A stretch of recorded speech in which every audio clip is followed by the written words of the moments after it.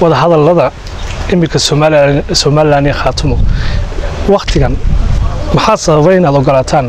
inuu wada hadal inta leegay inay dhex maro Soomaaliland adana annaga tagnayo ilaahay laga yaabo la isku raac midda la isku raacay waxa weeye dadka reer Sool iyo Sanaag iyo Cayn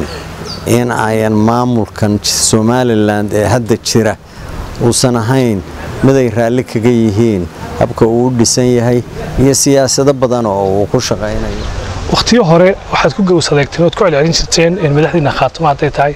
in Soomaaliland waxna wada hadal la furanaa ilaa iyo inta ay ciidamada ka qaadayaan deegaanada Sool Sanaag iyo Cayn tii waxay noqonaysaa haddii bilmithaal imanka wada hadalladan oo reer Soomaaliland oo dhan ku dhan yihiin muxaafid iyo mucaarad de walwal nagama hayeen doorashada haddii ay hadda tahay waa gacan dadka qaar waxay qabaan Professor Ali Khaliif waa nin kaligii socda oo aan golaha dhaqanka kale aan la tashan ama tashiga wax iska hadlow inay igare wuxuu halka ka yiraahdo waxa dhageystaaba ka gardaran waxay Puntland ka tahay Sool iyo Sanaag iyo Cayn waxa quray tahay odayaal dhowr marba inay u yeedho xoogaa dhaqaalaha ku seedseedho cad quureed u tuurto